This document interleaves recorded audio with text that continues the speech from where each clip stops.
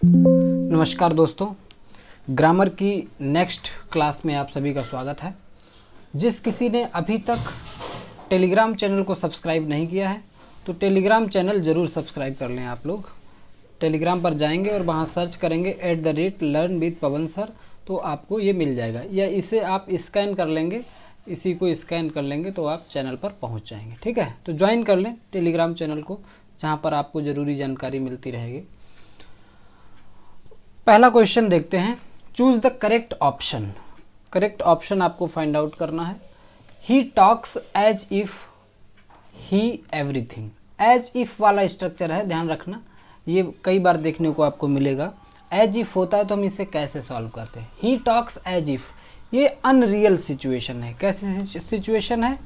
Unreal, यानी जो बात रियल नहीं है, इमेजिनरी है, काल्पनिक बात है। वो ऐसे बात कर रहा था जैसे कि वो सब कुछ जानता हो। He talks as if, as he knew everything. ठीक है, न्यू, तो यहाँ पर ऑप्शन ए सही आंसर है। क्यों सही आंसर है ए? एज इफ जो है इसका मतलब होता है, ये सजेस्ट करता है किसी अनरियल या इमेजिनरी कंडीशन को। यहाँ पर हम लोग पास्ट टेंस का यूज करते हैं। Even if it is in present, भले ही सेंटेंस प्रेजेंट का स्ट्रक्चर जैसा हो। ही टॉक्स है यहाँ पर, ही टॉक्स जो कि प्रेजेंट है, ठीक है, लेकिन हम यहाँ पे जब उसकी बात करेंगे, इस स्ट्रक्चर को फिल अप करेंगे एज इफ के बाद, तो यहाँ पे पास्ट ही आएगा। और पास्ट इंडेफिनिट के हिसाब से यहाँ पर KNEW यानी न्यू का यूज करेंगे। ठीक है, knew. He talks as if he knew everything, वो ऐसे बात कर रहा है जैसे सब कुछ जानता हो। ठीक है, ये इसका सही मीनिंग है, ऑप्शन ए। आई होप बात क्लियर है। Identify correct transformation. सही ट्रांसफॉर्मेशन क्या है?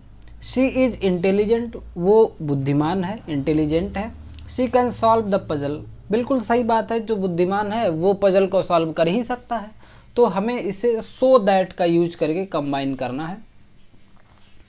तो हम इसे कर सकते हैं, she is so intelligent, she is so intelligent, और फिर आएगा दैट। यहाँ पे टू है इसलिए ये गलत है।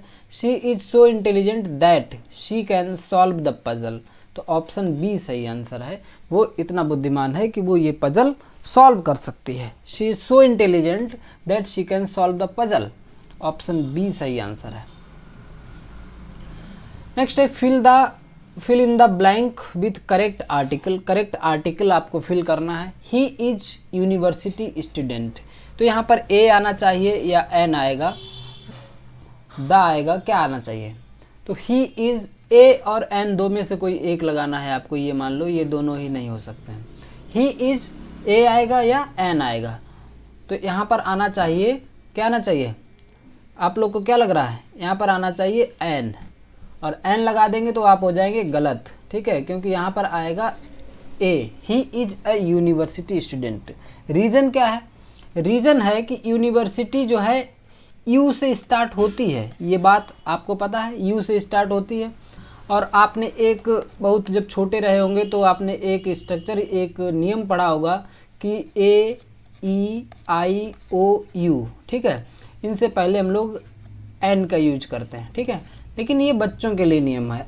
अब हम लोग को इससे आगे निकलना होगा। आगे निकलना होगा तो हमें ये सीखना पड़ेगा कि इनके होने से, वॉवेल होने से फ़र्क नहीं पड़ता है। हम जिससे पहले आर्टिकल लगा रहे हैं उसका साउंड जो है, उसका साउंड वॉवेल टाइप का होना चाहिए। साउंड कॉन्सोनेंट है तो आर्टिकल ए लगेगा, और साउंड वॉवेल है तो आर्टिकल एन का यूज करेंगे। और यहाँ पर यूनिवर्सिटी का जो साउंड है यू का, ये साउंड है कॉन्सोनेंट वाला। यू ऐसे तो लिखते हैं हम लोग यू, और या बोल के भी देखते हैं तो बोलने से भी पता चल जाता है जो या प्रोनाउंसिएशन है ये कॉन्सोनेंट साउंड है। ठीक है, बहुत डिटेल में जानना होगा, साउंड को बोल कर ही पहचान सकते हैं, लेकिन इसके लिए बहुत डिटेल में हमें समझना होगा अलग क्लास में।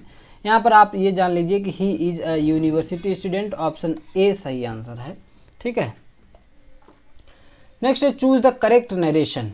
करेक्ट नरेशन आपको फाइंड आउट करना है। यहाँ पर he said I am going to the market, तो he said I am going to the market.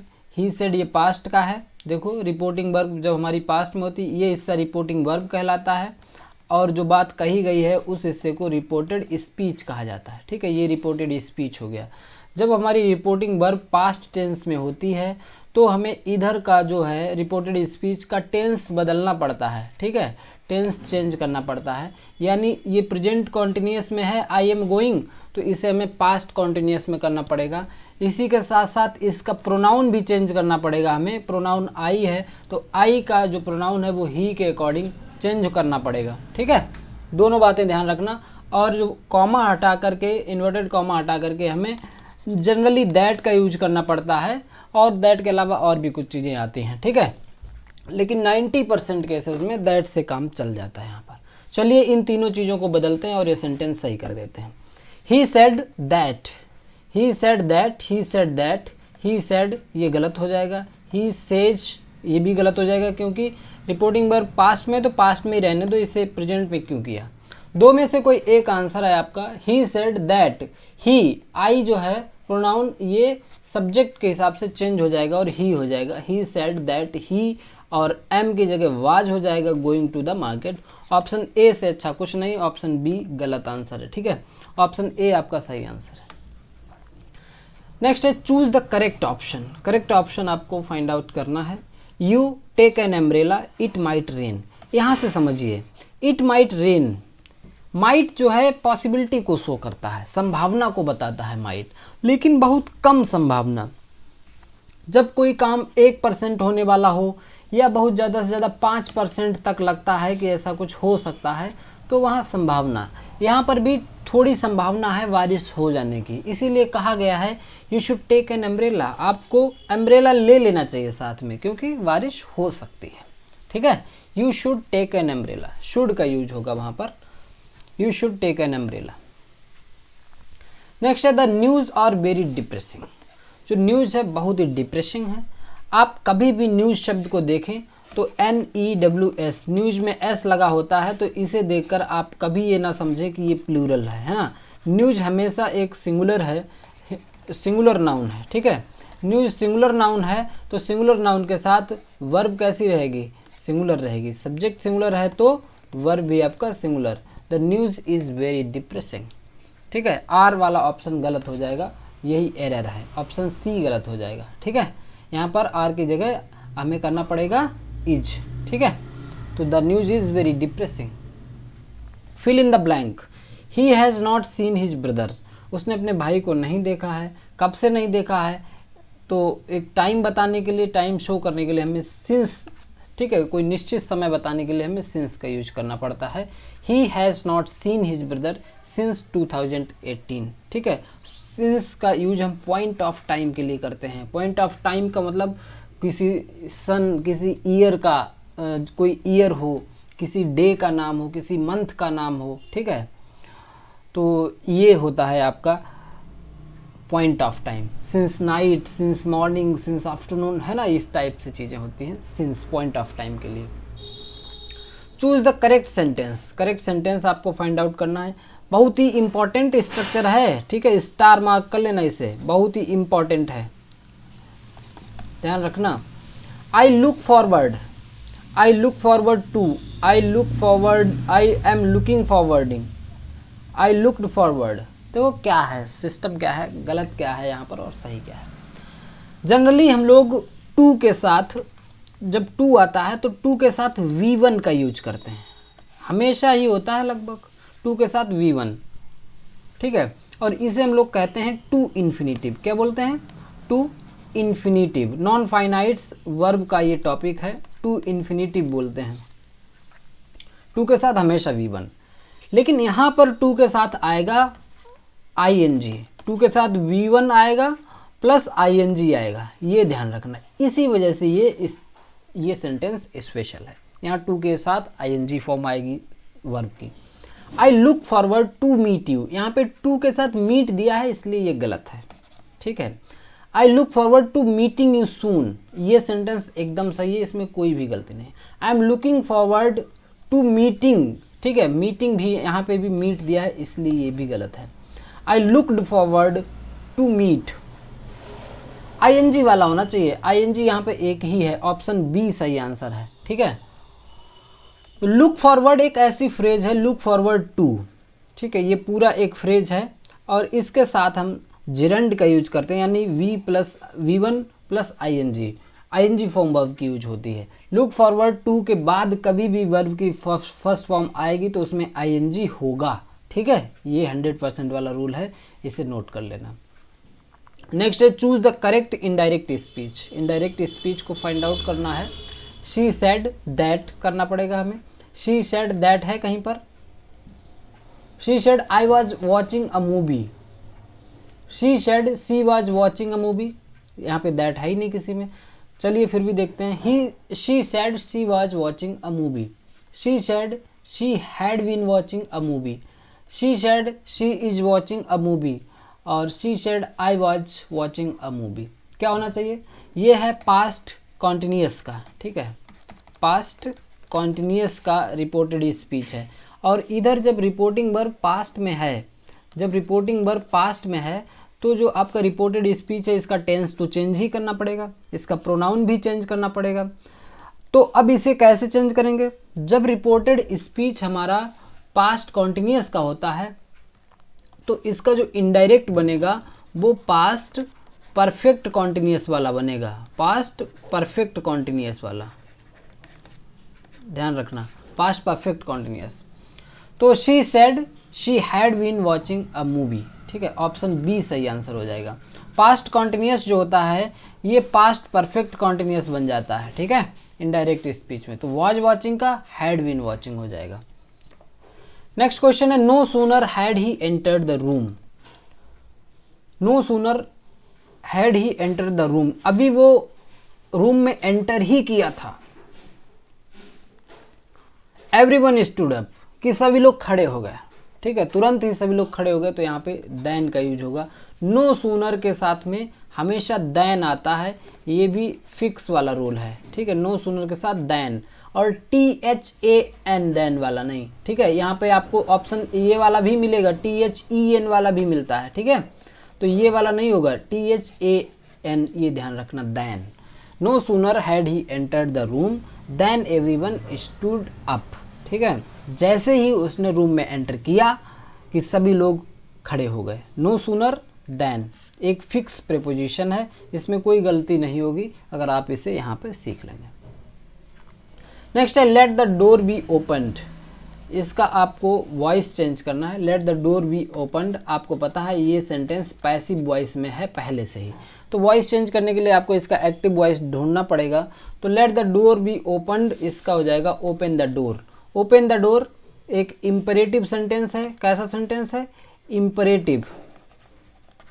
Imperative sentence बोलते हैं ऐसे सेंटेंस जिन्हें हम आदेशवाचक या आदेशात्मक वाक्य कहते हैं। ओपन द डोर, ठीक है, इम्परेटिव सेंटेंस है। और इम्परेटिव सेंटेंसेस को हम लोग लेट के साथ बनाते हैं। Let the door be opened, ठीक है, और बाई यू कर सकते हो या ना भी करो, कोई प्रॉब्लम नहीं। Option A. अगला क्वेश्चन है he was accused stealing money. Accused के साथ हमेशा एक फिक्स्ड प्रीपोजिशन आता है ऑफ, तो ये आपका सही आंसर है option C of. Accused of होता है प्रीपोजिशन, इसे ध्यान रख लेना हमेशा के लिए, ठीक है, accused of. He works hard, he works hard, यहाँ पे आपको टैग बनाना है और इस टॉपिक का पूरा नाम होता है क्वेश्चन टैग, ठीक है। क्वेश्चन टैग से भी एक क्वेश्चन आपके पास आता है, देखने को मिलेगा पेपर में। क्वेश्चन टैग एक बहुत छोटा सा टॉपिक है जो कि वर्ब में पढ़ने को मिलता है हमें, ठीक है। जिस किसी को भी वर्ब बहुत ही कायदे से बहुत ही डिटेल में पढ़ाई गई होगी तो वर्ब में ही एक टॉपिक क्वेश्चन टैग का भी पढ़ाया गया होगा, ठीक है। क्वेश्चन टैग का मतलब एक स्टेटमेंट है और उसके बाद में एक कॉमा होता है, उसी स्टेटमेंट से एक क्वेश्चन क्या बन सकता है, ठीक है। तो क्वेश्चन टैग, इस वाली टैग को क्वेश्चन टैग कहते हैं जिसमें क्वेश्चन होता है। जैसे ये आपका एक सेंटेंस दिया गया है, एक स्टेटमेंट दिया गया है और इसके बाद में यहाँ पर जो एक टैग बनेगी उसे क्वेश्चन टैग बोलेंगे। ही वर्क्स हार्ड, इसे समझो, ही वर्क्स हार्ड, वो मेहनत करता है, वो बहुत मेहनत करता है, ठीक है, इसका सेंस ये है। तो नहीं करता है क्या? एक कन्फर्मेशन करने के लिए, कन्फर्मेशन करने के लिए ये बात बोली जाती है। जैसे आप किसी से बोलें कि आपने खाना खा लिया, तो आप उससे बोलने से पहले ही आप फिर से उससे बोलते हैं नहीं खाया क्या, यानी कंफर्म करने के लिए। तो अगर ये पॉजिटिव सेंटेंस है, हमारा जो स्टेटमेंट है पॉजिटिव है, तो आपका जो टैग है वो नेगेटिव बनता है, ठीक है, ये अपोजिट होता है।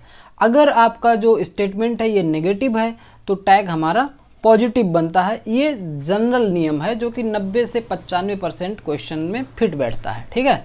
2-4 क्वेश्चन इसके एक्सेप्शन भी होते हैं।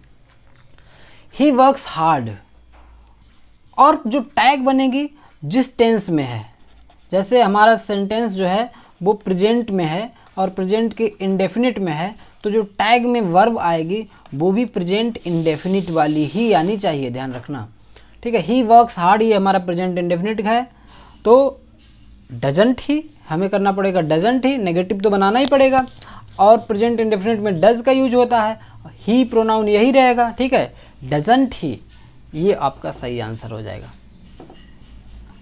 पॉजिटिव स्टेटमेंट है तो हमें नेगेटिव टैग बनानी पड़ती है, अगर नेगेटिव स्टेटमेंट होगा तो हमें पॉजिटिव टैग बनानी पड़े, ठीक है। अगला क्वेश्चन देखिए, choose the correct sentence, correct sentence find out करना है।